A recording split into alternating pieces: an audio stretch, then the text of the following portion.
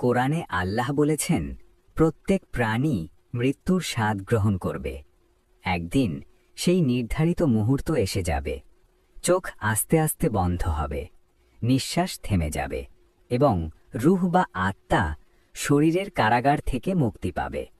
কিন্তু প্রশ্ন হচ্ছে, তারপর কি ঘটে? রূহ কোথায় যায়? কেমন সেই অদৃশ্য যাত্রা?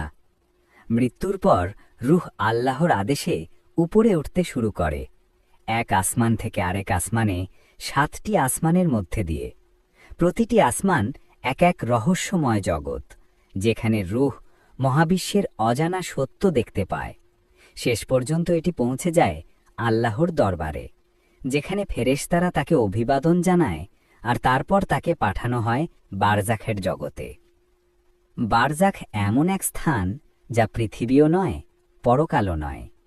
এটি এক পৃথক মাত্রা, যেখানে আত্মারা থাকে, কথা বলে, অনুভব করে, তবু তারা আর পৃথিবীতে ফিরে আসে না। এই জগৎ আমাদের দেখা জগতের চেয়েও বাস্তব, অদৃশ্য কিন্তু গভীরতর সত্যে পরিপূর্ণ। আপনি এখন দেখছেন আলো কাহিনী ইউটিউব চ্যানেল।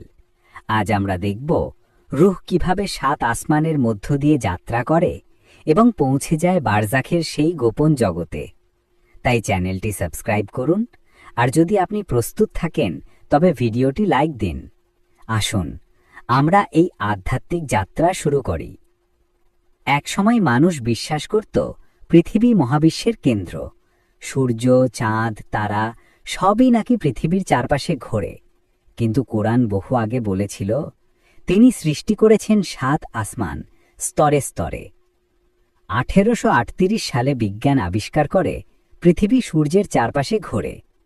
এরপর একে একে প্রমাণ মিলেছে মহাবিশ্ব সত্যিই স্তরে স্তরে সাজানো, ঠিক যেমন কুরআনে বলা হয়েছিল, 7 আসমান স্তরে স্তরে।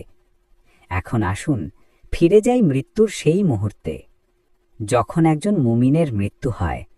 মৃত্যুর ফেরেশতা এক শান্ত, সুন্দর রূপে তার সামনে আসে। তারা বলে, হে পবিত্র রূহ, বেরিয়ে এসো আল্লাহর রহমত ও সৌন্দর্যের সুসংবাদ নিয়ে, এবং ফিরে চলো তোমার প্রভুর দিকে। রূহকে আলতো করে শরীর থেকে টেনে নেওয়া হয়। ফেরেশতারা তাকে ঘিরে রাখে জান্নাতের সুগন্ধে। তাদের মুখ সূর্যের মতো উজ্জ্বল।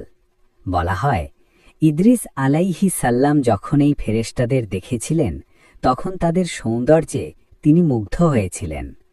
এখন রূহের জন্য পৃথিবী পিছনে ফেলে রাখা হলো, সে আল্লাহর সাক্ষাতের পথে। কিন্তু যারা আল্লাহকে অমান্য করেছে, তাদের জন্য দৃশ্যটি সম্পূর্ণ ভিন্ন। অন্ধকার কঠোর ফেরেশতারা আগুনের চাদর নিয়ে আসে। তারা বলে, হে মন্দ রূহ, বেরিয়ে আসো তোমার প্রভুর ক্রোধে। আর তখন আত্মা দেহ থেকে বের হয়, যেন কাঁটা দিয়ে জড়ানো তুলো টেনে বের করা হচ্ছে। বেদনাদায়ক, অসহ্য যন্ত্রণায় ভরা। রাসূলুল্লাহ সাল্লাল্লাহু আলাইহি ওয়াসাল্লাম বলেছেন, অবিশ্বাসীর আত্মা দেহ থেকে বের হওয়া ঠিক তেমনই কষ্টদায়ক, যেমন কাঁটা দিয়ে জড়ানো তুলো টেনে বের করা। এইভাবেই রূহ দেহ থেকে পৃথক হয়। দেহ নিস্তব্ধ হয়ে যায়, কিন্তু রূহ তখন এমন এক জগৎ দেখতে শুরু করে যা জীবিত মানুষ দেখতে পায় না। তখন সে বোঝে, এই দুনিয়ার সব কিছু ছিল ক্ষণস্থায়ী, যা চিরস্থায়ী তা হল ঈমান, সৎকর্ম আর আল্লাহর সাথে বন্ধন। রূহ তখন টেনে নেওয়া হয় অদৃশ্য এক জগতে। যাত্রা শুরু হয় 7 আসমানের পথে এবং শেষ হয় বারজাখে, যেখানে শুরু হয় পরকালের অপেক্ষা। যখন মানুষ মৃত্যুবরণ করে, তার রূহ তখনও কিছুক্ষণ এই পৃথিবীর আশেপাশে থাকে। সে দেখে নিজের দেহকে ধোয়া হচ্ছে, কাপড়ে মোড়া হচ্ছে, আর প্রিয়জনেরা কাঁদছে, বিদায় নিচ্ছে। সে তাদের কণ্ঠ শুনতে পায়, কিন্তু কিছুই বলতে পারে না, স্পর্শ করতে পারে না। সে সেখানে আছে, কিন্তু অন্য এক জগতে, একটি সূক্ষ্ম মাত্রায়, যেখানে জীবিতদের পৌঁছানো অসম্ভব। প্রথম আসমান। দাফনের পর যখন রূহ প্রথমবার উপরে উঠতে শুরু করে, সে নিজেকে দেখে নীল আলোর এক বিশাল সমুদ্রে ভাসতে। পৃথিবীর বায়ুমণ্ডল তাকে ঘিরে রেখেছে একটা স্বচ্ছ স্ফটিক গম্বুজের মতো। যখন রূহ পৃথিবীর আকাশ অতিক্রম করে সে বিস্ময়ে দেখে তার প্রভুর জ্ঞানের মহিমা। এই স্তরে ফেরেশতারা তাকে বলে, হে পবিত্র হৃদয়, পৃথিবীতে তোমার প্রতিটি নামাজের জন্য এই স্বর্গের দরজা খুলে দেওয়া হয়েছে। তোমার দোয়া এই স্তর পর্যন্ত পৌঁছেছে এবং আজ তুমি নিজেই সেই দোয়াগুলোর পথে চলছ। রূহ পেছনে তাকায়। নীল বায়ুমণ্ডল ও পৃথিবী তার চোখে এক ঝলমলে রত্নের মতো লাগে। সে বলে, হে প্রভু, তুমি কত অপূর্বভাবে এটি সৃষ্টি করেছ। দ্বিতীয় আসমান। রূহ যখন মহাশূন্যের গভীর নীরবতায় প্রবেশ করে, প্রথমে সে দেখে চাঁদের কোমল আলো, তারপর সূর্যের দীপ্ত উষ্ণতা। পুরো সৌরজগৎ যেন একসাথে বলে ওঠে, এগিয়ে যাও হে ধন্য রূহ, তোমার জন্য অপেক্ষা করছে এক মহান জগৎ। তোমার প্রভুর দান অসীম। তৃতীয় আসমান। এবার রূহ সৌরজগৎ ছেড়ে পা রাখে আন্তঃনাক্ষত্রিক মহাকাশে। এখানে মহাজাগতিক বাতাস বয়ে নিয়ে যায় নক্ষত্রের ধূলিকণা, যেন মহাবিশ্ব নিজেই শ্বাস নিচ্ছে। রূহ দেখে কোটি কোটি নক্ষত্র সূর্যের মতো জ্বলছে, তাদের চারপাশে ঘুরছে অসংখ্য জগৎ। রূহ তাকিয়ে থাকে বিস্ময়ে, দেখে সূর্যের চেয়ে হাজার গুণ বড় তারাগুলো, আর মহাবিশ্ব জুড়ে সে তার যাত্রা অব্যাহত রাখে। চতুর্থ আসমান।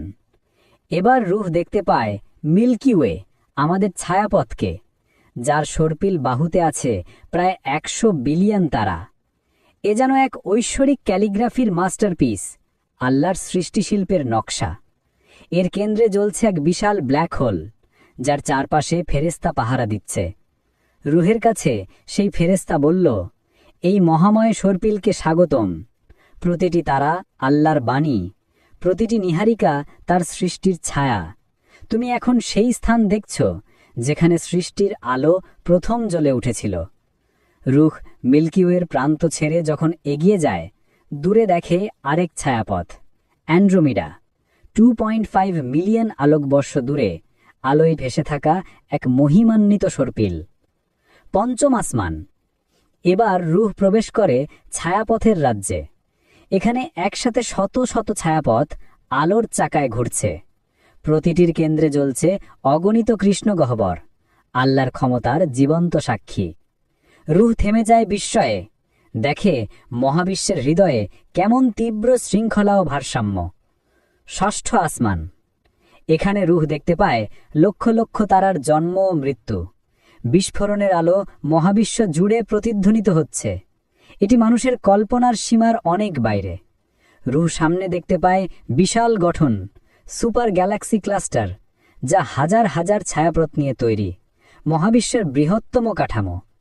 এগুলো একে অপরের সাথে জুড়ে আছে একটি সূক্ষ্ম আলোর জালে, মহাজাগতিক জাল, যা আল্লাহর জ্ঞানের প্রতিফলন। রূহ দেখে সব কিছুই নির্ভুল ভারসাম্যে বাঁধা, যেমনভাবে আল্লাহ প্রতিটি জিনিস নির্দিষ্ট পরিমাপে সৃষ্টি করেছেন। সপ্তম আসমান। এখন রূহ পৌঁছে গেছে পরিচিত মহাবিশ্বের একেবারে প্রান্তে।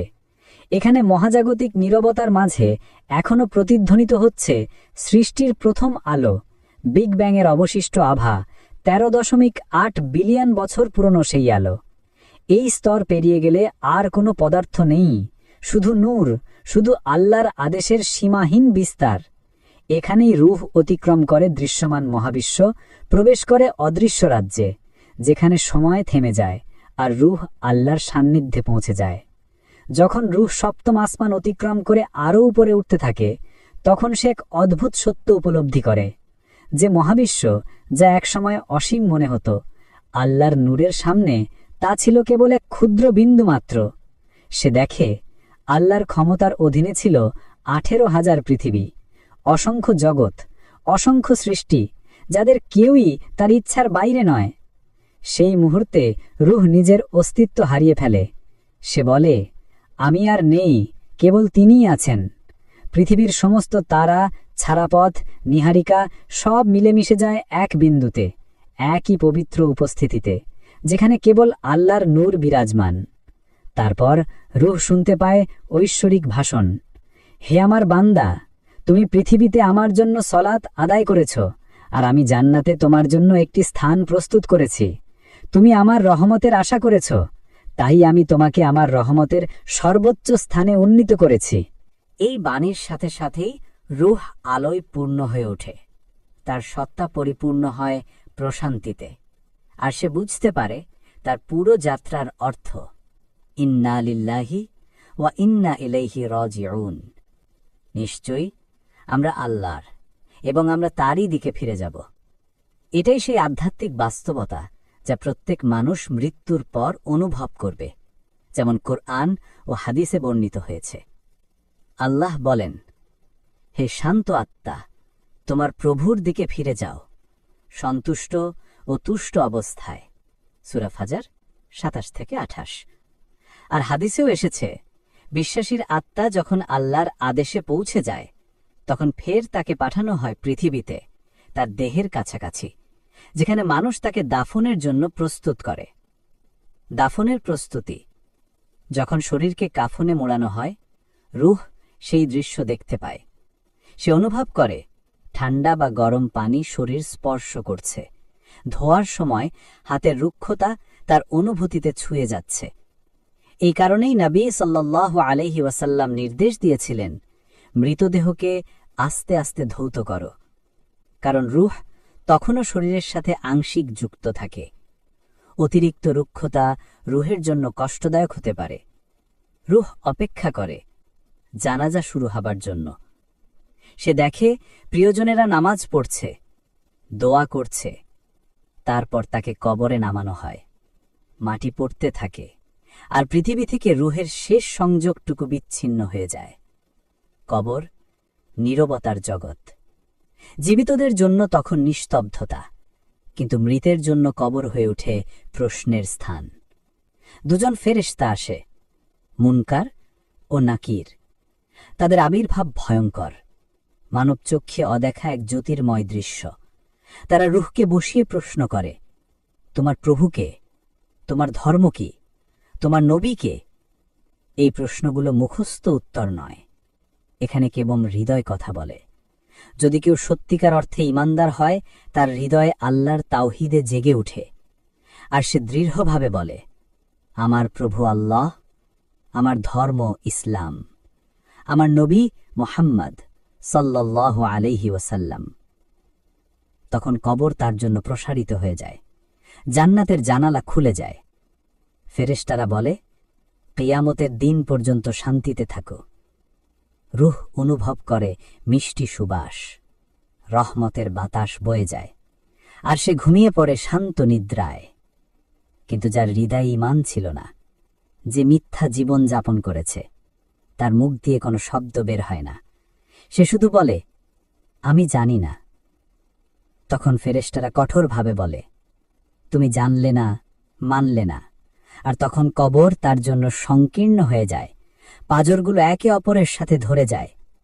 জাহান্নামের আগুনের জানালা খুলে যায়, গরম বাতাস, ধোঁয়া, অন্ধকার সব মিলেমিশে যায় শাস্তির জগতে। রাসূলুল্লাহ সাল্লাল্লাহু আলাইহি ওয়াসাল্লাম বলেছেন, যখন অবিশ্বাসীকে কবর দেয়া হয়, কবর তাকে এমনভাবে চাপা দেয় যতক্ষণ না পাঁজরগুলো একে অপরের সাথে মিলিত হয়। কবরের এই পরীক্ষা থেকে কেউ রেহাই পাবে না। ধনী বা গরিব, রাজা বা সাধারণ মানুষ, প্রত্যেক প্রাণ এই প্রশ্নের মুখোমুখি হবে। এটাই জীবনের সবচেয়ে নিশ্চিত বাস্তবতা। জন্মের পর মৃত্যু, আর মৃত্যুর পর সাক্ষাৎ আল্লাহর সঙ্গে। অসহ্য শাস্তি তখন শুরু হয়, কিন্তু এখানেই শেষ নয়, কারণ বরজাখ বা মধ্যবর্তী জীবনেরও নিজস্ব এক জগৎ আছে, যা মানুষের চোখে অদৃশ্য হলেও রূহের জন্য এক বাস্তব অভিজ্ঞতা। সেখানে রূহ আনন্দ, বেদনা, শান্তি কিংবা শাস্তি সবই অনুভব করে। কিন্তু যারা এখনো দেহসহ জড় জগতে বেঁচে আছে, তারা তাদের সাধারণ ইন্দ্রিয় দিয়ে কখনোই জানতে পারে না রূহ মৃত্যুর পর কিভাবে বেঁচে থাকে বা কি অনুভব করে। এই রহস্যময় জগতের জ্ঞান আমরা পেয়েছি কেবল রাসূলুল্লাহ সাল্লাল্লাহু আলাইহি ওয়াসাল্লামের মাধ্যমে, যিনি আল্লাহর পক্ষ থেকে ঐশ্বরিক সত্যের সাক্ষাৎ লাভ করেছিলেন।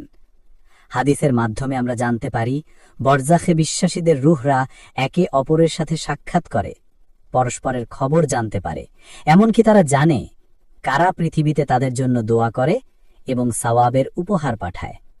তারা অনুভব করে কে তাদের কবর জিয়ারত করছে, কে তাদের কথা মনে করছে। বিশ্বাসী রূহরা সেখানে স্বাধীনভাবে চলাফেরা করতে পারে। তারা জান্নাতের সুগন্ধ অনুভব করে, আল্লাহর রহমতের আলোয় স্নান করে। কিন্তু অবিশ্বাসী বা পাপী আত্মারা শাস্তির ব্যস্ততায় নিমজ্জিত থাকে।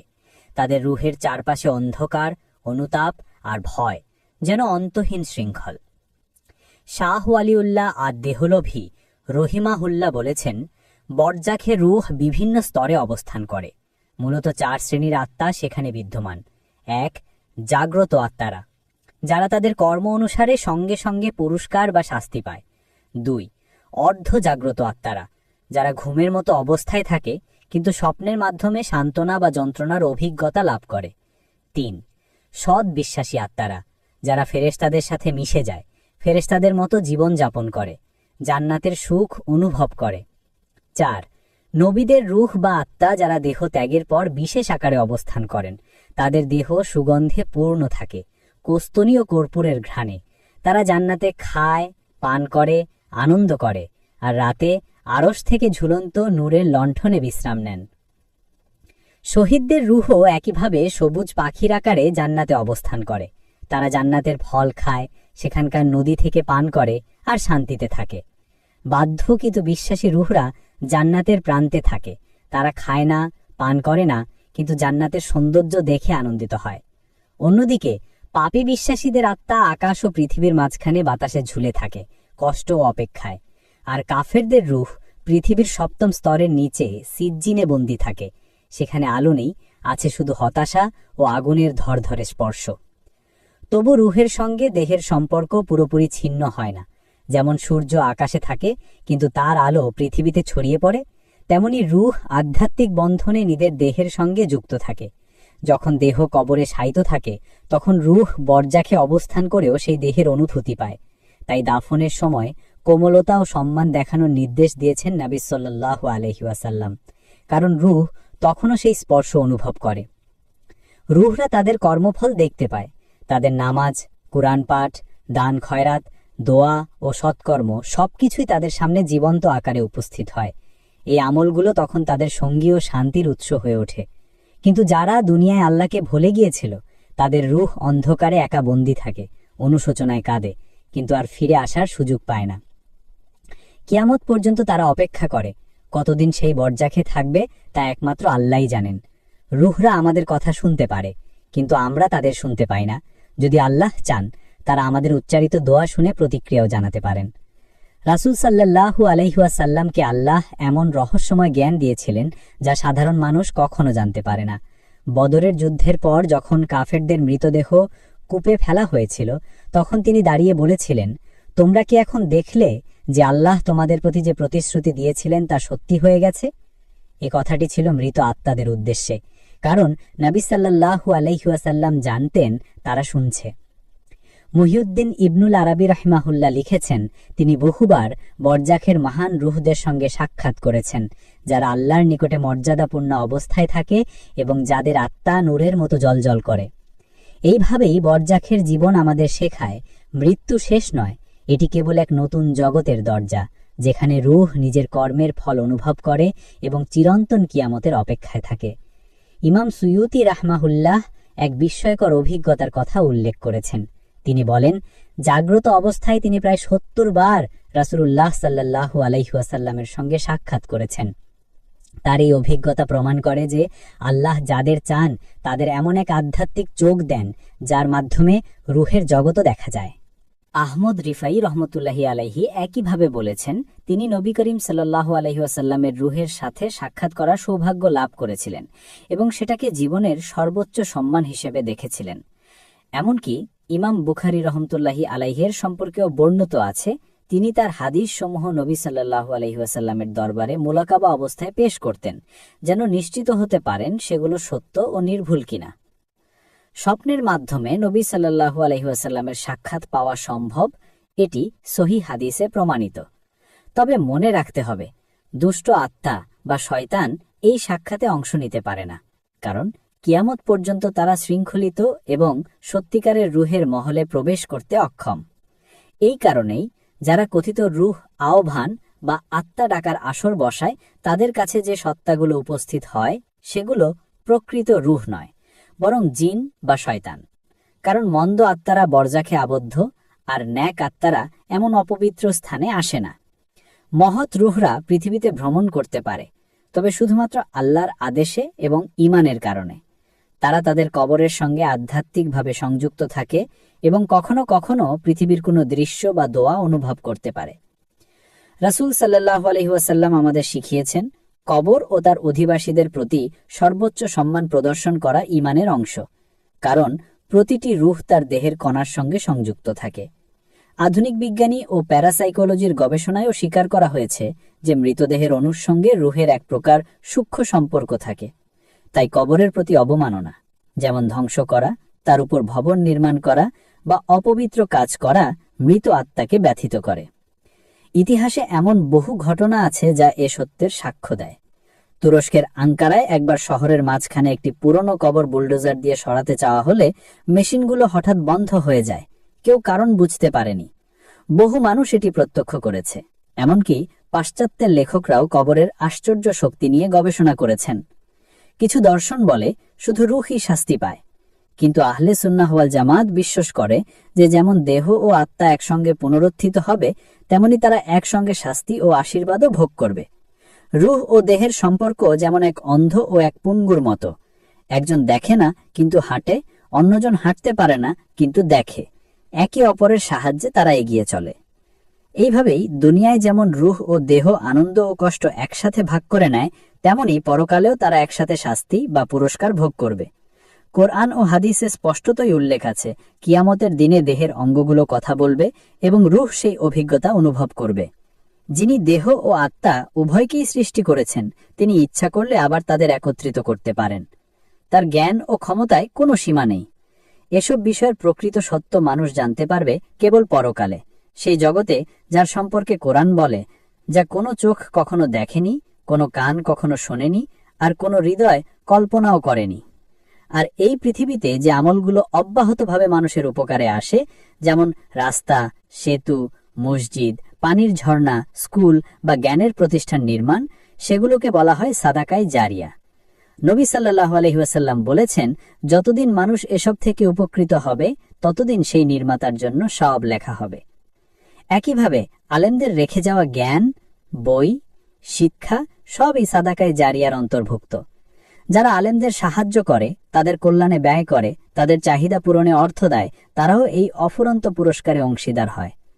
আর একজন বিশ্বাসীর মৃত্যুর পর কেবল সৎ সন্তানই তার জন্য আমল জারি রাখতে পারে। তাদের দোয়া, ইস্তেগফার, দান সবকিছু মৃত আত্মার জন্য নূরের সেতু হয়ে পৌঁছে যায়। এই জন্য কোনো বিশেষ সমাবেশ, সপ্তম দিন, 40তম দিন বা বার্ষিক মেহফিলের প্রয়োজন নেই। প্রকৃত সম্মান হল কবর জিয়ারত করা, সালাম জানানো, আন্তরিক দোয়া করা আর নিজের চোখ দিয়ে কান্না ঝরানো। সত্যিকারের উপহার হল দোয়া, ইস্তেগফার আর সৎকর্ম। এটাই পরকালের একমাত্র মুদ্রা, যার মূল্য চিরন্তন। তাহলে আসো সেই পবিত্র রাতে ফিরে যাই, যেখানে সময় ও স্থানের সীমা লুপ্ত হয়েছিল, যেখানে রূহ সপ্তম আসমানে উড়েছিল আর আল্লাহর বাণী ধ্বনিত হচ্ছিল, ইন্না লিল্লাহি ওয়া ইন্না ইলাইহি রাজিউন, অর্থাৎ নিশ্চিত আমরা আল্লাহর এবং আমরা তারই দিকে ফিরে যাব। নবী সাল্লাল্লাহু আলাইহি ওয়াসাল্লাম তখন এমন এক সময়ের মধ্য দিয়ে যাচ্ছিলেন, যা ছিল তার জীবনের সবচেয়ে কঠিন অধ্যায়গুলোর একটি। 3 বছরব্যাপী শিবিয়ে আবু তালিবে কঠিন অবরোধে মুসলমানরা ক্ষুধা, কষ্ট ও নির্যাতনের মধ্যে দিন কাটিয়েছিলেন। এই সময়ই প্রিয় চাচা আবু তালিব এবং হৃদয়ের আশ্রয় খাদিজা রাদিয়াল্লাহু আনহাকে হারান তিনি। একদিকে দাওয়াতের ভার, অন্যদিকে ব্যক্তিগত শোক। মানবিকভাবে এ ছিল এক গভীর পরীক্ষা। ঠিক এই সময়েই আল্লাহ তাআলা তার প্রিয় নবীকে সান্ত্বনা ও মর্যাদার সর্বোচ্চ উপহার দিলেন, ইসরা ও মিরাজের অলৌকিক যাত্রা। ইসরা, মক্কা থেকে জেরুজালেম পর্যন্ত রাতের যাত্রা। মিরাজ, জেরুজালেম থেকে আসমানের ওপরে ওঠা। সেই পবিত্র রাতে নবী সাল্লাল্লাহু আলাইহি ওয়াসাল্লাম কাবার পাশে হাতিমে ছিলেন। তিনি ঘুম ও জাগরণের মাঝামাঝি অবস্থায় ছিলেন। এমন সময় জিবরিল আলাইহিস সালাম এসে তার বক্ষ খুলে দেন, জমজমের পানি দিয়ে তার হৃদয় পরিশুদ্ধ করেন এবং ঈমান ও হিকমা দিয়ে পূর্ণ করে আবার তা বন্ধ করে দেন। এটি ছিল ঐশ্বরিক প্রস্তুতি, মহান সাক্ষাতের আগে হৃদয়কে প্রস্তুত করা। তারপর জিবরিল আলাইহিসসালাম বললেন, হে মুহাম্মদ সাল্লাল্লাহু আলাইহি ওয়াসাল্লাম, এখন আপনার প্রভুর সাক্ষাতের সময় এসেছে। তিনি নিয়ে এলেন এক জ্যোতির্ময় প্রাণী বুরাক, যার নাম এসেছে বারক শব্দ থেকে, অর্থাৎ বিদ্যুৎ। এটি ছিল এক উজ্জ্বল সাদা প্রাণী, গাধা ও খচ্চরের মাঝারি আকারের, যার গতি এত দ্রুত যে এক পলকেই দৃষ্টির শেষ সীমায় পৌঁছে যেতে পারত। নবী সাল্লাল্লাহু আলাইহি ওয়াসাল্লাম কাছে আসতেই বুরাক কেঁপে উঠল লজ্জা আর শ্রদ্ধায়, কারণ কখনো এর পিঠে এত সম্মানিত সত্তা আরোহণ করেনি। এক মুহূর্তের মধ্যেই যাত্রা শুরু হলো, মক্কা থেকে জেরুজালেম, মসজিদুল আকসা পর্যন্ত। এই দূরত্ব উটের কাফেলায় সপ্তাহের পর সপ্তাহ লাগত, কিন্তু আল্লাহর ইচ্ছায় সেটি সম্পন্ন হলো মুহূর্তে।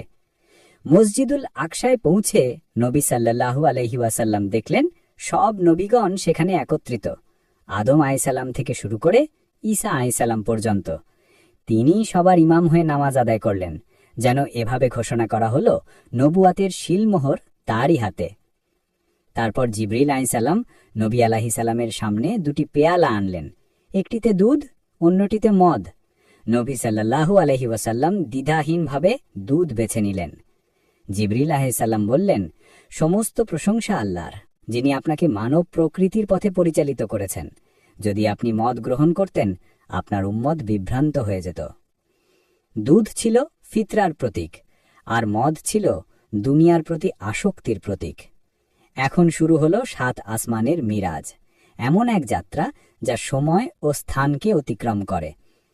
প্রথম আসমান, সেখানে নবী সাল্লাল্লাহু আলাইহি ওয়াসাল্লাম দেখলেন এক উজ্জ্বল মুখমণ্ডল, আদম আলাইহিসসালাম। জিবরিল আলাইহিসসালাম বললেন, এ আপনার পিতা আদম, সালাম দিন। নবী সাল্লাল্লাহু আলাইহি ওয়াসাল্লাম সালাম দিলে আদম আলাইহিসসালাম বললেন, স্বাগতম, হে নেক সন্তান, নেক নবী। নবীর হৃদয়ে ভরে গেল গভীর শ্রদ্ধা ও ভালোবাসায়। দ্বিতীয় আসমানে এখানে ছিলেন 2 নবী, ইয়াহিয়া আলাইহিসসালাম ও ঈসা আলাইহিসসালাম। তারা হাসি মুখে বললেন, স্বাগতম, হে নেক ভাই, নেক নবী। দুনিয়ায় তারা চাচাতো ভাই ছিলেন, আখেরাতে তারা এক দাওয়াতের পতাকা তলে যুক্ত। তৃতীয় আসমান, এখানে নবী সাল্লাল্লাহু আলাইহি ওয়াসাল্লাম সাক্ষাৎ পেলেন ইউসুফ আলাইহিসসালামের, যিনি ছিলেন সৌন্দর্যের প্রতীক। তার মুখমণ্ডল ছিল চাঁদের মতো উজ্জ্বল। তিনি বললেন, স্বাগতম, হে নেক নবী, নেক পুত্র। চতুর্থ আসমান, এখানে ছিলেন ইদ্রিস আলাইহিসসালাম, যাকে কোরআনে বলা হয়েছে সিদ্দিক ও নবী। তিনি বললেন, স্বাগতম, হে নেক ভাই, নেক নবী। পঞ্চম আসমান, নবী সাল্লাল্লাহু আলাইহি ওয়াসাল্লাম সাক্ষাৎ করলেন হারুন আলাইহিসসালামের সাথে, যিনি তাকে আলিঙ্গন করে বললেন, স্বাগতম, হে ধার্মিক নবী। ষষ্ঠ আসমান, এখানে ছিলেন মুসা আলাইহিসসালাম। নবী সাল্লাল্লাহু আলাইহি ওয়াসাল্লামকে দেখে তার চোখে অশ্রু গড়িয়ে পড়ল। ফেরেশতারা জিজ্ঞাসা করলেন, হে মুসা, আপনি কাঁদছেন কেন? তিনি বললেন, আমার পরে এক তরুণ নবী এসেছেন, যার উম্মতের জান্নাতে প্রবেশকারীর সংখ্যা আমার উম্মতের চেয়ে বেশি হবে।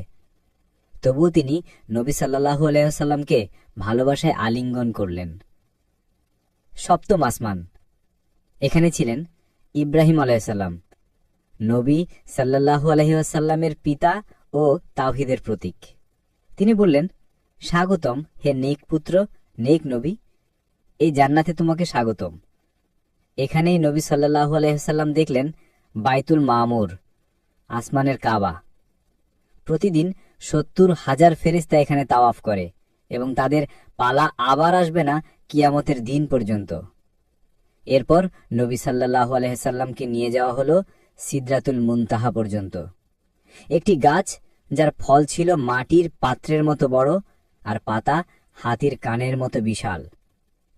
এখানে 4টি নদী প্রবাহিত হচ্ছিল, 2টি অন্তর্নিহিত জান্নাতের নদী, 2টি বাহ্যিক নাইল ও ফোরাত। সিদরাতুল মুনতাহা ছিল এক ঐশ্বর্যিক সীমারেখা, যেখানে সব জ্ঞানের শেষ।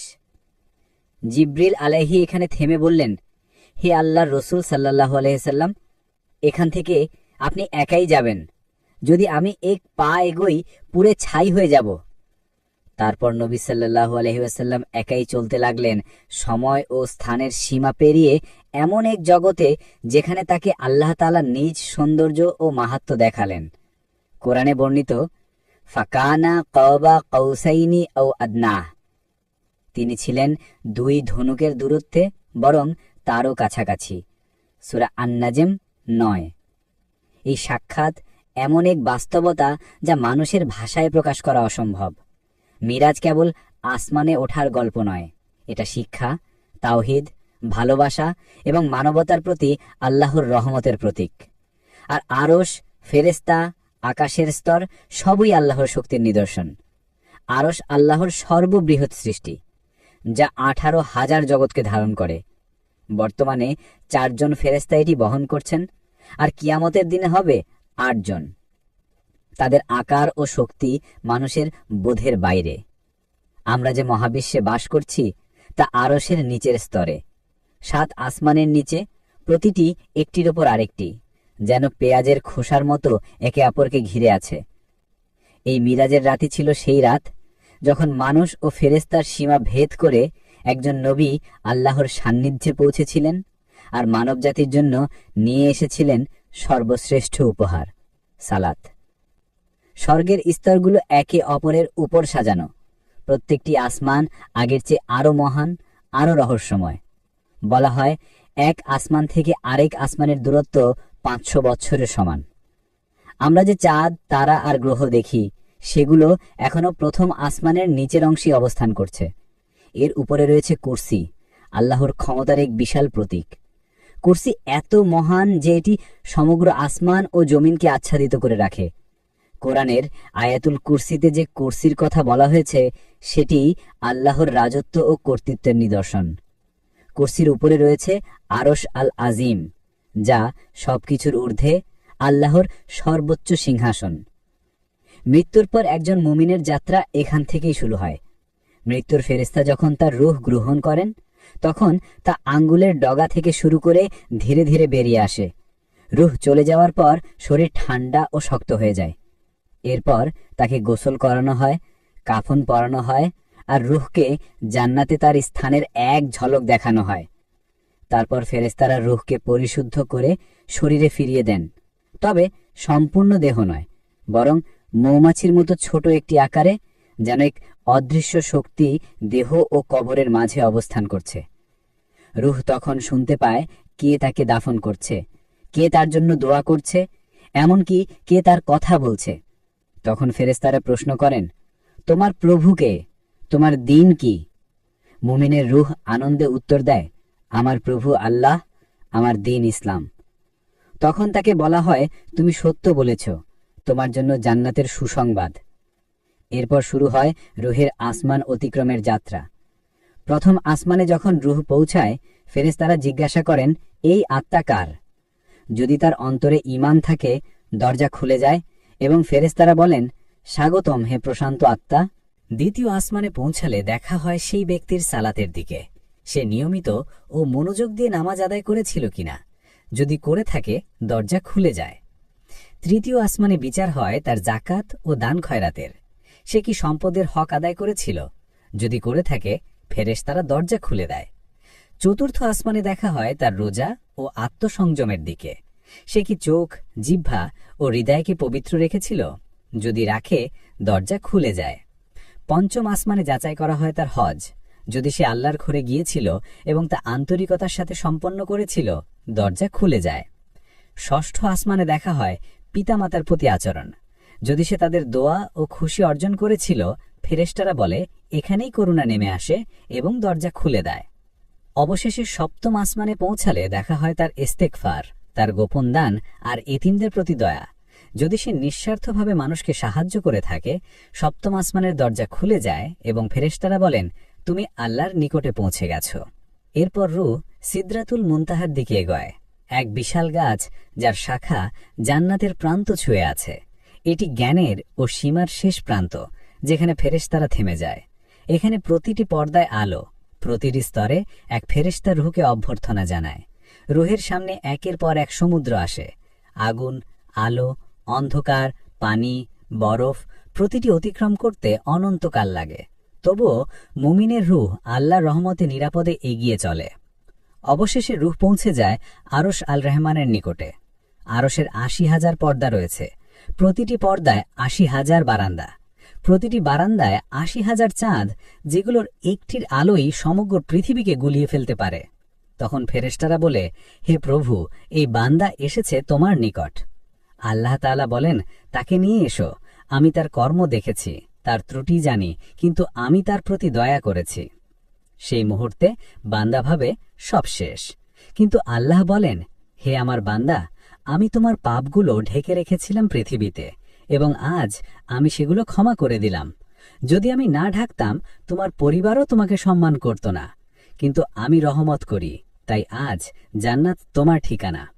এভাবেই মুমিনের আত্মা ৭ আসমান অতিক্রম করে চূড়ান্ত প্রশান্তির ঘরে পৌঁছায়, যেখানে সময় নেই, মৃত্যু নেই, শুধু রবের সান্নিধ্য, রহমত ও ক্ষমা।